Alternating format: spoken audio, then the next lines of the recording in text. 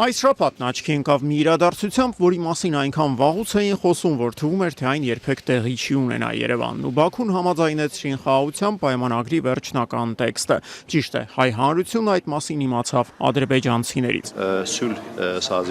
Հայաստանի եւ Ադրբեջանի միջև խաղաղության պայմանագրի տեքստի վրա տարվող աշխատանքներն ավարտվել են։ Երևանն ընդունել է բաց մնացած վերջին երկու կետերը։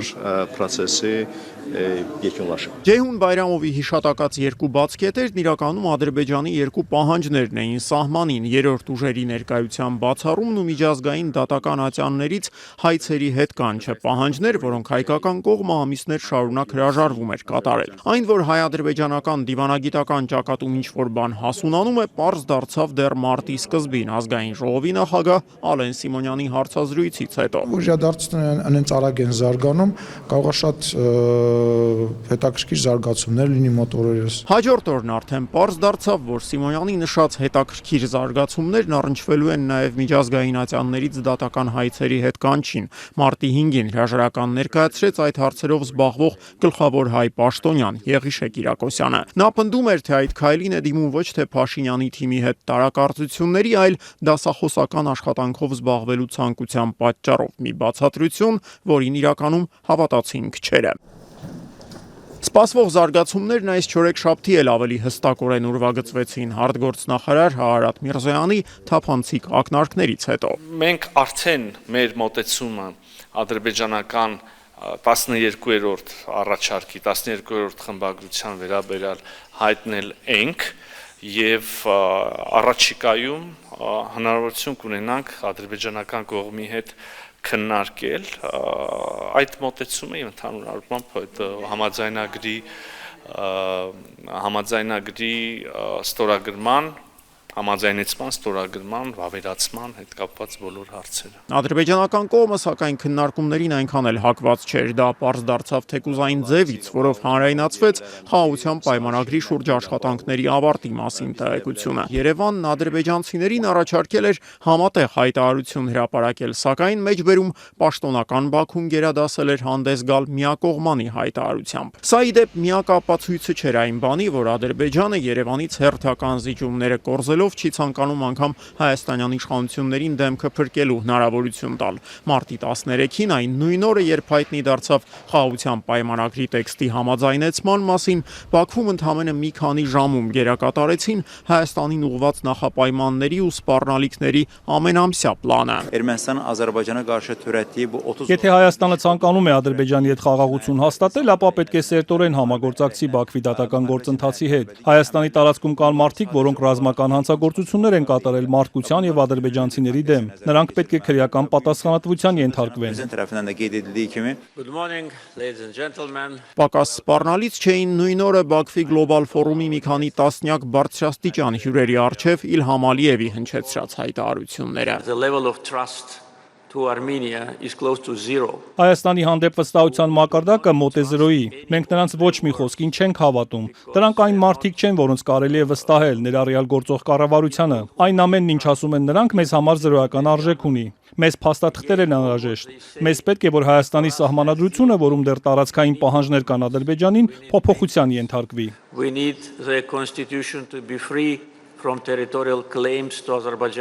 Մարտի 13-ի երեկոյան էլ Ադրբեջանի անվերջ թվացող այս պահանջներում յուրատեսակ վերջակետ դրեց այդ երկրի արտգործնախարարությունը, հայտարարելով, որ Երևանի հետ համաձայնեցված խաղաղության պայմանագրի ստորագրման գլխավոր պայմանը սահմանադրության փոփոխությունն է։ Չնայած դրան, հայաստանյան ղեկավարներն իրենց այդ օրը այնպես էին պահում, կարծես Բաքվի հետ բոլոր տարաձայնությունները վերջնականապես հաղթահարված են եւ մնացել է միայն որոշել, թե երբ են կողմերը ժամանակ գտնելու պայմանագրի տակ իրենց ստորագրությունները դնելու համար։ Պատրաստ ենք սկսել խորհրդակցությունները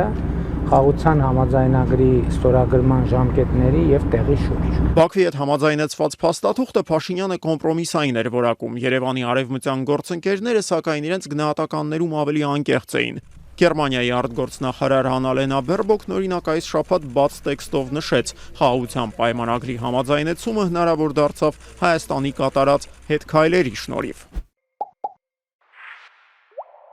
Երկարատև բանակցություններից հետո Հայաստանի համարձակ զիջումները հնարավոր դարձրեցին այս վերջին քայլը։ Վարչապետ Փաշինյանը սակայն համառորեն հրաժարվում էր ընդունել, որ ամիսներ շարունակ Բաքվի երկու պահանջները մերժելուց հետո դրանք ընդունելը միակողմանի զիջում է։ Ինչու փոխեցիք նախնական նախապես հայտարարված ձեր դիրքորոշումը։ Մենք ըստ էության նախապես հայտարարված մեր դիրքորոշումը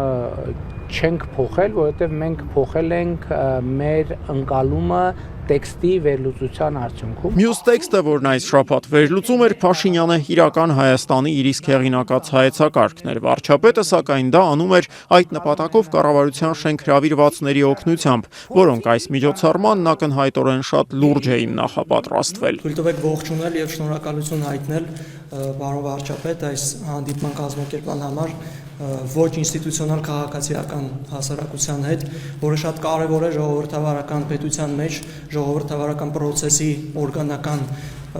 իրականացման ֆունկցիոնալիզացիայի տեսանկյունից Մասնակիցներից ոմանց խոսքն ավելի հասկանալի էր։ Նայեք, պետության խնդիրը ինչու՞ն է բաբաշումը։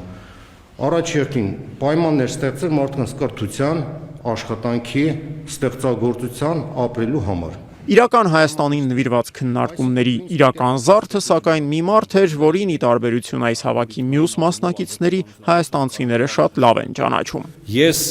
առաջին իսկ պահից, երբ որ դուք հայտարարեք իրական Հայաստանի գաղափարախոսությունը, անդադար նայում եմ, հետազոտում եմ, բայց մենք հաղթելու ենք եւ իրանք վարվելու են այդ դժոխքում։ Այո, 44-օրյա պատերազմի առաջինից մինչև վերջին օրը հայ հանրությանը մեղմ ասած ոչ այնքան ճշգրիտ տեղեկություններ մատակարարող Արծրուն Հովհաննիսյանն այժմ էլ զբաղված է իրական Հայաստանի գաղափարախոսության վերլուծությամբ։ Մենք փաստացի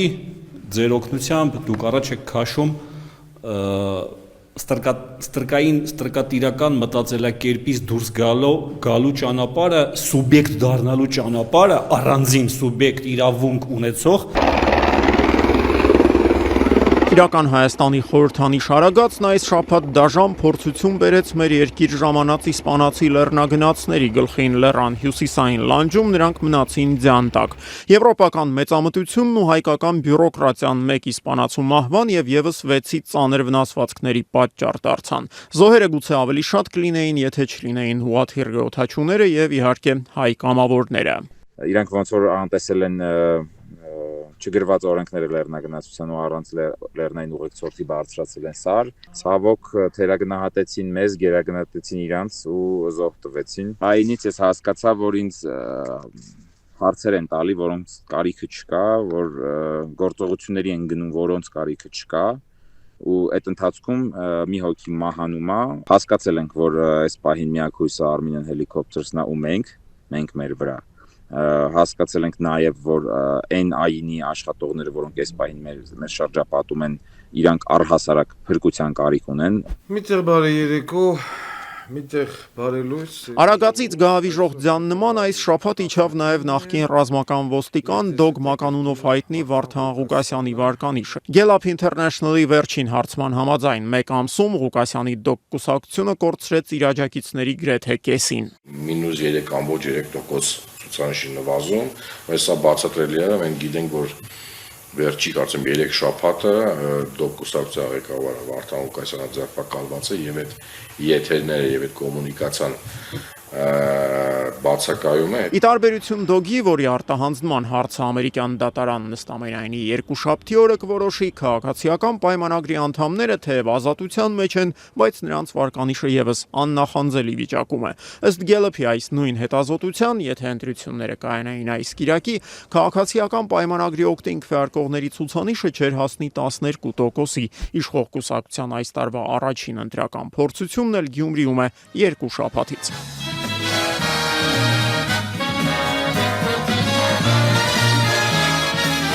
Իշխող կուսակցության թեկնածու Սարիկ Մինասյանն անցնող 7 օրերին ինչ ասես, որ չէր անում ընտրողների սիրտը շահելու համար։ Մարտի 8-ին ծաղիկներ էր բաժանում Գյումրիի կենտրոնական փողոցներում։ Այս դպրոցին ու բանը պիտի սարքին։ Աշխատանքային օրերին էլ շրջում էր բակերով, խոստանալով, որ իր ընտրվելու դեպքում Գյումրիի բոլոր հարցերը լուծվելու են։ Արդեն համարյա 10 օր շների հարցով կզբաղվին, Երևանից եկել են, հավաքում են, ստերջացնում են։ Անցնող օրերին Երևանից Գյումրի ժամանեցին նաև իշխող կուսակցության ղեկավարները։ Անցած կիրակի օրն այստեղ էր նաև վարչապետ Նիկոլ Փաշինյանը, որը սակայն ոչ թե շների, այլ կենդանիների մասին էր հիշել։ Դրա համար էլ ոմանք հազար ներողություն այս բառիս համար առնետների նման պատվալներից դուրս են եկել, փողոցներում քայլում են, քաղաքական արշավ են իրականացնում հանուն թալանի, հանուն կոռուպցիայի, հանուն գողացածը ժողովրդին չվերադարձնելու։ Փաշինյանի այս բուռը նրա ընդդիմադիր երիտասարդությունը հիշեցնող ճառը դարձավ իշխող կուսակցության համար Գյումրիի ընտրությունների կարևորության ևս մեկ վկայությունը։ Կառավարության ղեկավարը մարտի 30-ի քվեարկությունը Գյումրիում նույնիսկ վերջին ճակատամարտ էր բնորոշում։ Ես չգիտեմ թե ինչ ճակատամարտի մասին է խոսքը, ես ճակատամարտից ընդհանրապես վերջին իր համար հավանական է, որովհետև եթե այստեղ ինքը պարտվում է, ուրեմն ինքը ամեն ինչ կորցնում է։ Վարդան Ղուկասյանից բացի Փաշինյանի հայտարարություններին արձագանքեց ևս մեկ նախկին քաղաքապետ, այժմ Սևբերդի օտարման համար հետախուզվող Սամվել Բալասանյանը։ Այդ անձը խոսեց վերջին բոյի մասին, ասեմ, որ վերջին բոյ պետք էր տալ ուրիշ տեղ, այլ ոչ թե Գյումրիում Սևբերդի դեմ։ Գյումրիում տիրող մտայնության համաձայն քաղաքացիական պայմանագիրը հազիվ թե կարողանա միայնակ մեծամասնություն ձևավորել եւ նրան կոալիցիոն գործընկեր է անհրաժեշտ լինելու։ Այս առումով քաղաքապայմանագրի ամենահավանական դաշնակիցներ որպես մատնանշում են Եվրոպամետների դաշինքն ու Գյումրիում Նիկոլ Փաշինյանի հավատարիմ աջակցի համարում ունեցող Արտյոմ Թումանյանին։ Նա սակայն պնդում է. ես ոչ թե նիկոլական եմ, այլ դեմիրճանական, Կարեն Դեմիրճանական։ Կարեն Սերոպի Դեմիրճանից ինձ փոխանցվել է մի շատ կարևոր բան՝ մարդ սիրելու արվեստը։ Թումանյանն ի դեպ առաջադրվել է քչերին հայտնի Հայաստանի աշխատավորական սոցիալիստական կուսակցության հասկի ցուցակով։ Մամուլում շրջանառվող տեղեկությունների համաձայն, սակայն Գյումրիի քաղաքապետի այս մի թեկնածուի իրական աջակիցը ոչ թե հասկն է, այլ մասկը։ Նախկին ԿՊԱ-ական Հովիկ Աղազարյանի արդարադատության նախարարությունում դեռևս չգրանցված միասնական ազգային սահմանադրական կուսակցությունը։ Աղազարյանի գլխավոր գլխացավանքն այս շաբաթ սակայն ոչ այնքան Գյումրին էր, որքան գլխավոր դատախազության իրեն անձեռնմխելիությունից զրկելու մտադրությունը։ Պատճառն այսպես կոչված մանր եղջիրավորների գործն էր։ Աղազարյանն ի դեպ չի հերքում, որ փորձել է օգնել էմիրություններ ոչխար արտահանող իր ծանոթներից մեկին, բայց ոչ գումարի դիմաց եւ առանց լուրջ հաջողության։ Երբ որ ոչխարները արտահանում են, չբերեն ինչ-որ տեղ հատուկ տեղ, որպեսզի սանիտարական բաներն անցնի կարանտին,